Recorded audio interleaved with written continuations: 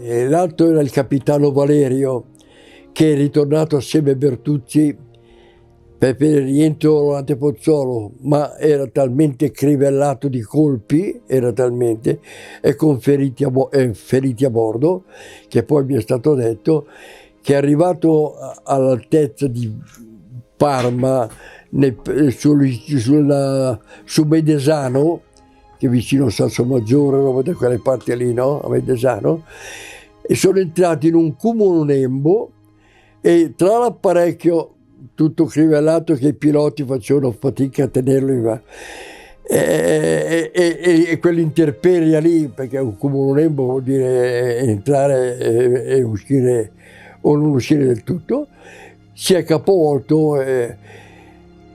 L'unico a salvarsi è stato il secondo pilota, il maresciallo Jasinski, che ha detto: avevamo senz'altro dei feriti e qualcuno era morto fra il personale, e poi erano in 5, no?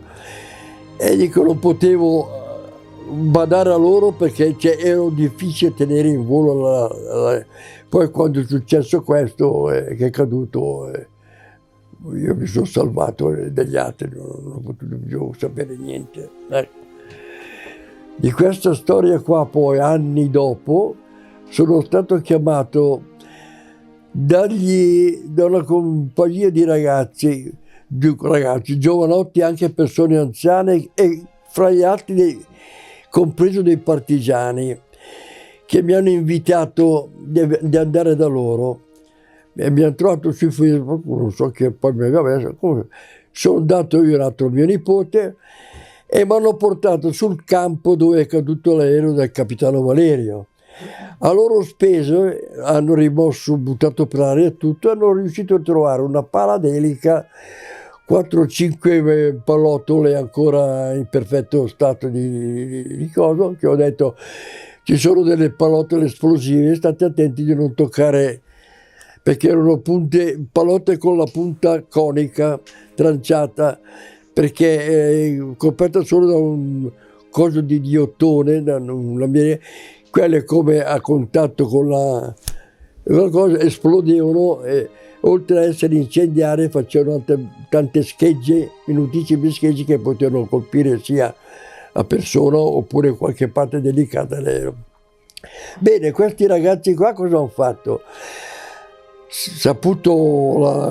Raccolto la testimonianza di chi era a bordo, hanno acquistato al cimitero di Medesano una cella, si chiama ossario, no? Sull'ossario, e hanno inciso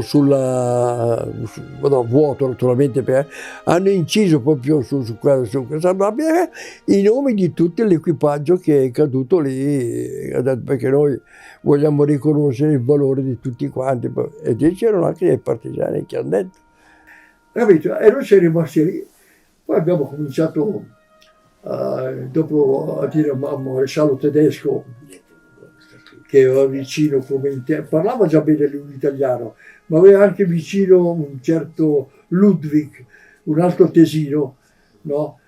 Che mi ha detto: c'è l'apparecchio da portarlo in Agra, in mezzo alle buche non si può, bisogna creare un passaggio per portarlo in Agra, e poi comunicare, mi si chiama di mandarci l'elica.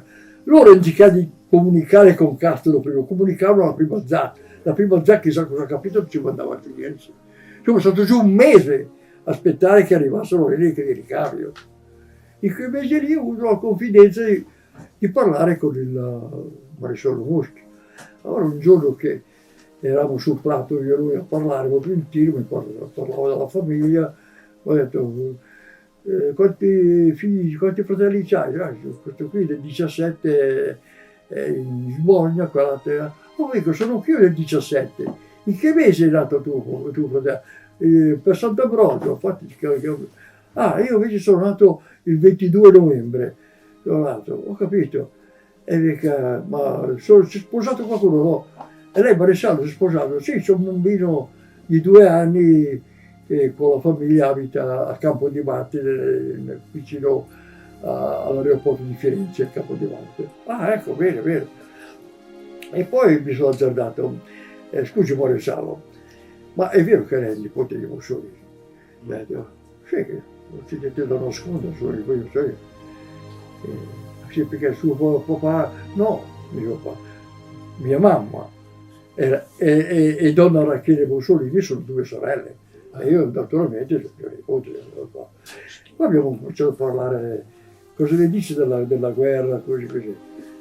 Dice, guarda, della guerra io avevo mi ero sposato con una principessa, la dico così perché era una bellissima donna, infatti quando io con sua moglie vecchia mi era ancora bella.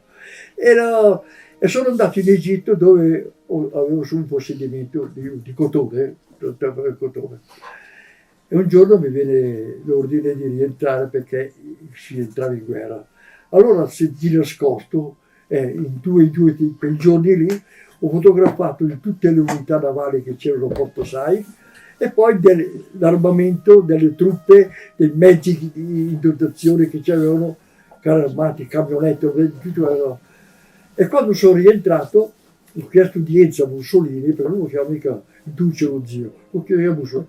E Mussolini, infatti quando mi ha ricevuto, dopo essermi chiesto dalla famiglia, sai, i più convenevoli, ho detto, cos'hai da dirmi? E fa, guarda, queste sono le fotografie di quello che... E dice, beh, vai alla Supermarina, consegni questo documentario qui, no, per tutto quello che hai fotografato, consegni queste fotografie. Sono andato a Supermarina e Supermarina mi ha detto, non sappiamo che fare di queste fotografie qui, abbiamo già le nostre fotografie, le può portare a casa. Che nessuno. Le fotografie scattate 3 giorni prima non vanno neanche venute a vedere. Perché? Perché la Marina e l'Esercito erano più per il re, che non mi si chiama che per il fascismo, perché la milizia non la potevano vedere, la milizia, no? L'aeronautica lo vedevano sì e no, perché grazie a Mussolini era quella che con le trasvolate che ha fatto esaltava tutti quanti.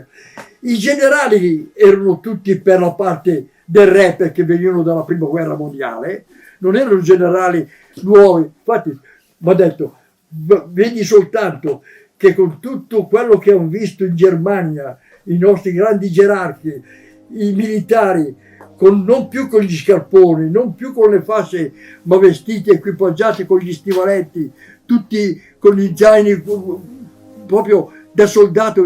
Quando vedi i nostri soldati, i conciati che vanno in giro con le scarpe mezze rotte che non sanno neanche da cambiare, la prima cosa da fare di fare una guerra è di vedere vestire il soldato e creare gli ospedali, poi puoi iniziare, e poi se c'è l'armamento, poi puoi iniziare.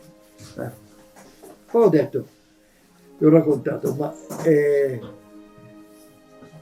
cosa dice di Mussolini con la Petacci e roba del genere? Non ho chiesto così, ma guardi che avevo una confidenza tranquilla. Allora mi ha detto, come va a Petacci? Mia zia lo sa di questa storia qua, però la prende sul ridere perché dice, guarda, siccome lavora tanto, ha diritto anche lui un po' di svago.